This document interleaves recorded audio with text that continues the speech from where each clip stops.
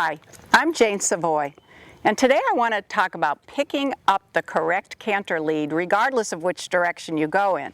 I know that some people have a really hard time picking up the correct lead going in one direction as opposed to the other direction. So first I want to talk about the aids themselves, and then I want to talk about the idea of bend.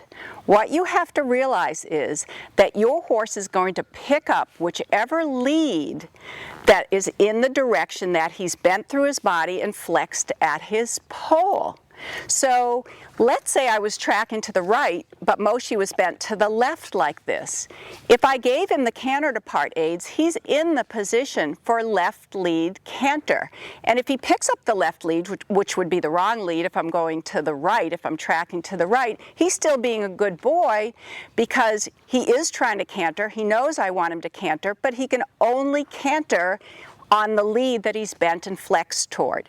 So let's first talk about the aids. Let's say I am going to the right. The first thing you want to do with your indirect rein aid, like you're turning a key in a lock, is position your horse at the pole so you just see his inside eye and inside nostril. Now, in order to do that and not get too much neck bend, you have to support with the other rein. So there's a marriage between the rein that's turning and the rein that's supporting, so you just flex the horse at the pole and you just see his inside eye and inside nostril.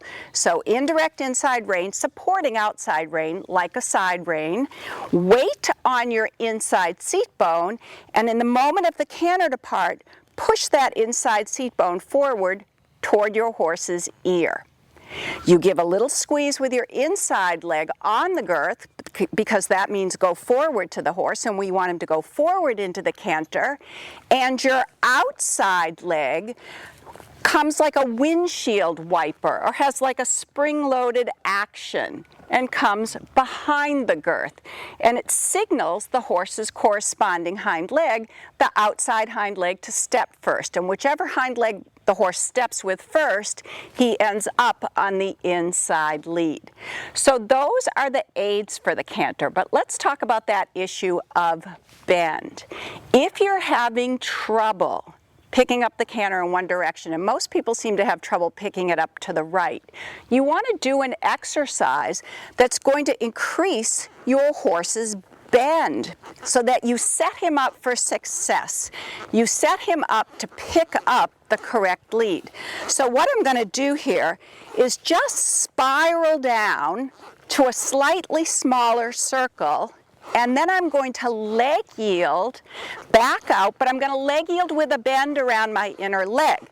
So you might say, well, how does your horse know the difference between the bending aids and the circling and the leg yielding aids? The bending aids, inner leg on the girth, outer leg behind the girth, weight on the inside seat bone, flexion at the pole to the inside, and supporting with the outside rein. When I want him to leg yield out, I'm going to switch my weight to the outside seat bone and turn my head in the direction I want my horse to go. That's the difference between the bending aids and the leg yielding aids, because you want your language to be very clear to your horse. I'll do that again. I'll cut a little bit in on the circle, then I'll switch my weight to my outside seat bone. I keep my inner leg forward on the girth, and I enlarge the circle in leg yielding.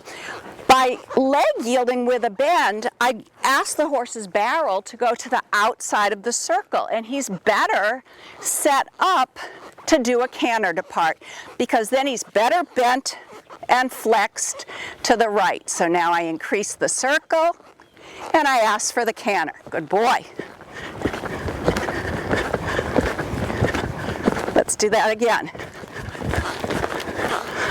So I do a normal size circle with normal bending aids, then I leg yield out, and then I blend in the aid for the canter, and because my horse is better flexed and bent, it's easy for him to pick up the correct lead.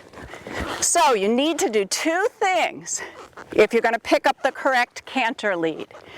You need to, number one, have your aids on correctly, and number two, do an exercise that helps you bend your horse.